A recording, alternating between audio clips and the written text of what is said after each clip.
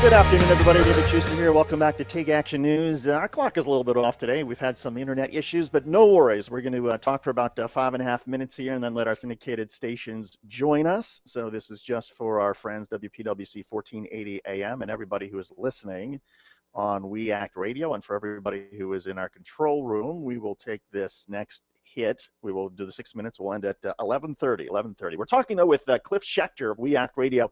So, Cliff, we were talking at the last segment about Adam Kokesh and his strange sort of libertarian views. And I want to let you continue and pick up because you're talking about that he wasn't even getting it right in terms of what the Supreme Court has said about possible gun restrictions in the District of Columbia or elsewhere, for that matter. Right. And sorry about the long-winded rant there, David. I didn't even get time to make a joke like I normally do with you, but so much to fit in here because, again, Justice Scalia, in the Heller opinion, gave what was easily the most right-wing opinion on the Second Amendment, that it was an individual right, which is something that was basically laughed out of courts as recently as 30 years ago. Even conservatives, jurists would have said absolutely not, that it was a group right given for a militia.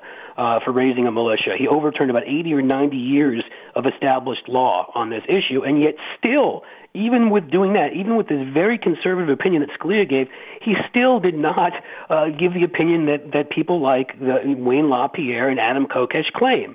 He made it very clear that certain types of exotic weapons, like assault, which is the term he used, like assault weapons and weapons that are not in common use, can be banned. He made it very clear that concealed carry prohibitions, like open carry, same thing, in the past have been very well regulated in states. And again, all you have to do is rent a copy of Wyatt Earp and see what happened in Tombstone to get an idea about that. But whole states like Texas and Wyoming banned concealed carry, and Scalia said that was something that was reasonable. Also, stopping criminals and the mentally ill and others, certain prohibited classes. He said that was constitutional. That's why we would want universal background checks. So when he's claiming that the citizens of Washington, D.C. are doing something that is not following the Constitution, he hasn't read this decision, and he obviously has no idea what he's talking about. It's completely consistent, even within the conservative framework that Justice Scalia set up.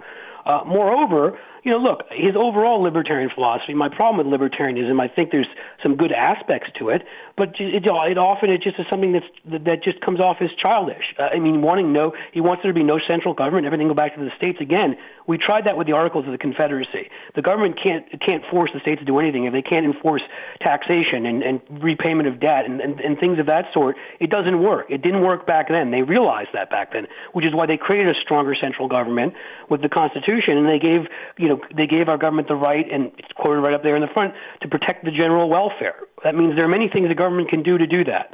I get so tired of the ahistorical view of the Second Amendment, which ignores really most of the history of this country, where the government has been able to constitutionally act in the common good. And the final thing I'll say about sort of what I see sometimes as the childlike view of libertarianism is, wherever he took the call today to get to you, did he drive on roads?